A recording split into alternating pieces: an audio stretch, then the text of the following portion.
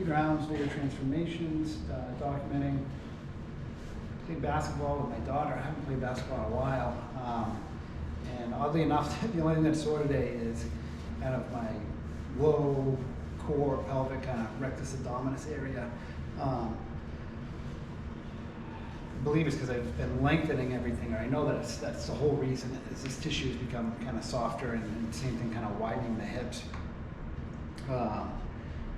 What I'm trying to figure out is, and I believe it's going to be more helpful and faster to heal, even though it's a little bit sore, is to kind of loosen that area up. Again, the other thing that could have even happened, using my hips, is it started to kind of come back in. Because I realize now, it's a perfect example of no matter what, our core is just kind of doing its job, regardless. And, over the years, kind of what happened is my upper was kind of so tight, so every time I tightened my core, it'd be up high. I couldn't pull into that center anymore. I kind of lost it. And now I realize, again, by kind of breaking up the tissue, the main thing is going to be the hips. Even right through here, I can feel the leg. This is all adductor. It's going to be, that's all adductor coming out of here. And my right side just turned into a rock.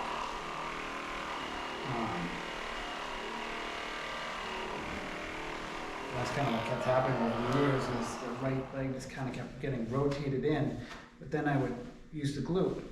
So again, my hip doesn't have to move, unlike kind of a lot of people think. If this gets too tight, the hip doesn't really have anywhere to go from left to right, or opening and closing or whatever. And same thing, I even believe the glute knee, it just kind of turned into a rock, and it was kind of permanently hiking up the hip. And my left would throw me into kind of balanced position when I was squatting. And what I'm trying to do today a little bit is kind of just break up this tissue here. And see if that helps with my recovery. I believe also what I got to start to do now is notice all the fascia and the tissue, especially on my right leg, a little bit on the left, that it's gotten, so hard and condensed, so it's not stretching. I can feel it. You can kind of see it in my knee. And my knees, I realize kind of what happens to us all is it kind of twists. So everything's getting pulled into here, and the knee's kind of going this way. Here's the tibia, and that should be lined up. Now I can kind of stretch it, but I know what I got to do is kind of lengthen the adductors, fascius medialis, and lengthen also the lateralis. Actually, I should say shorten. I want to say, but I think it's kind of up in the air in terms of this has got to lengthen, this got to lengthen, or this has got to kind of start to shorten and this one lengthen to kind of, again, bring the kneecap back into a straight pattern. Again, I got tons of scar tissue developed in the medial aspect of the knee, which I know this is just all adductor right in here, all adductor. Nobody ever seems to complain about pain there because the fascia keeps moving. I know mine had tightened up extensively at one point, and I now know what was happening. It was cramping, it was shortening and tightening and twisting the knee joint slowly.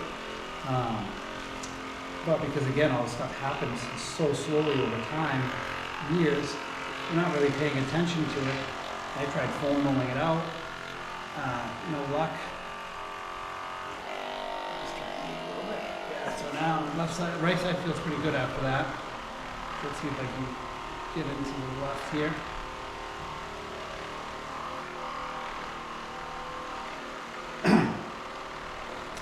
That's what I want to start kind of hopefully playing around a little bit more in terms of how this can help with muscle recovery from exercising, because I know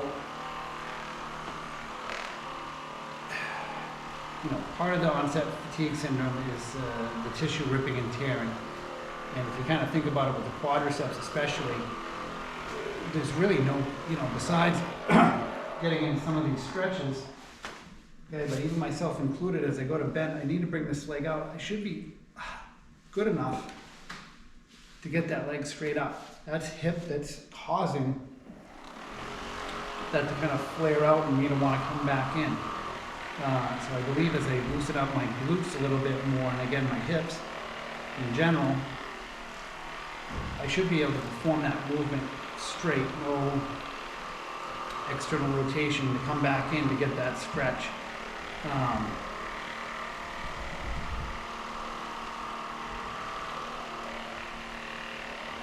But even the kind of connective tissue on the knee, you can almost notice cable fibers, if you will, kind of crossing over tibialis, tibia. So those would be all extensors of the toe.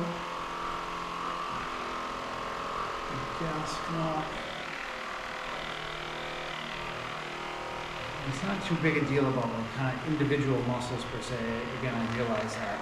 I'm just kind of using it as a kind of marker of what's happening with the muscles. Because the fascial lines don't care.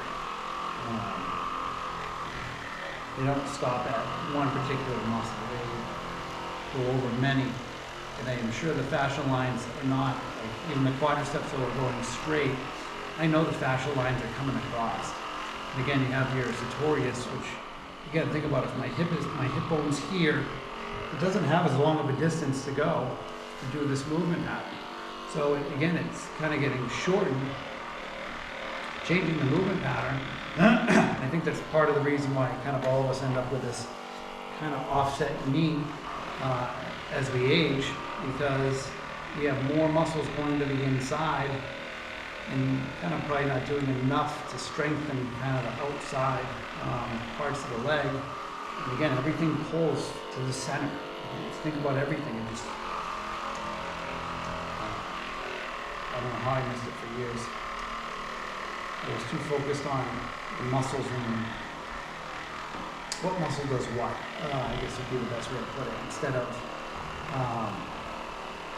focusing on the movement pattern as a whole and understanding that if my joints aren't in alignment, then the muscles aren't performing the way that they're supposed to, so it changes and alters the length-tension relationship and kind of what can I do to get them back.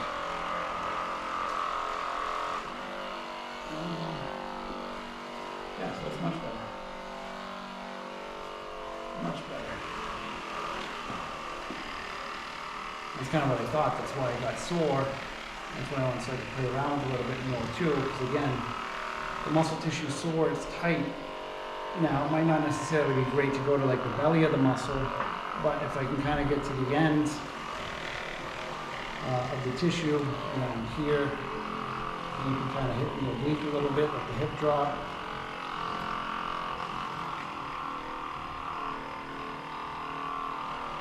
I can get myself flatter.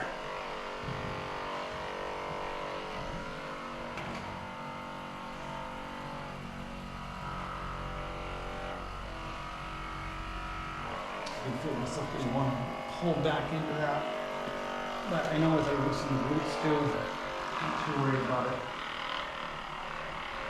This was a little bit sore too, and this is something I know I have to be careful of. When loosening too much, you see, I guess you could overdo the stretching and then try and exercise too much. So I think it's best done afterwards. I didn't have time last night to do it. And then sometimes too, it might be too sore to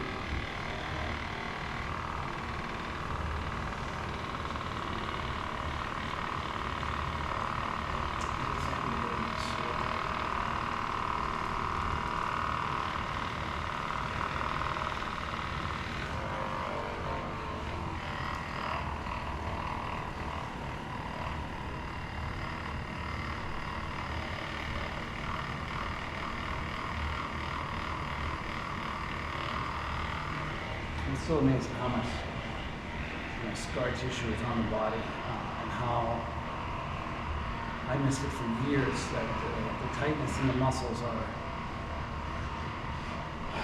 what's restricting us the most.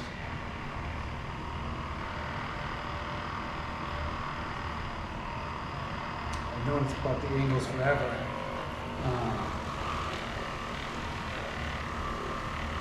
But again, if you think about it, the muscle attaches from one bone to the other, and that's its job, is to move the bone. So, if you're doing it over time, you've got to see that again. It's going to shorten. It's going to alter the length-tension relationship. And all too often, our kind of way of dealing with everything is, well, tighten the other side. Again, if you kind of keep tightening one side and the other side and the other side, it gets to the point where they just are not operating properly. Now something else has got to do the job.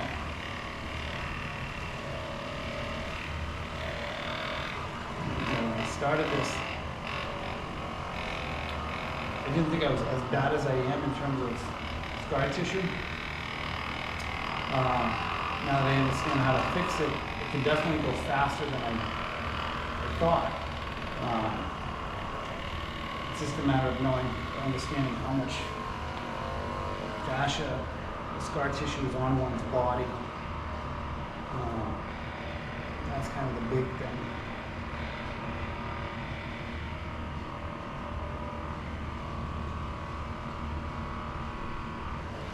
Leave that document back for now. Do another one, something else.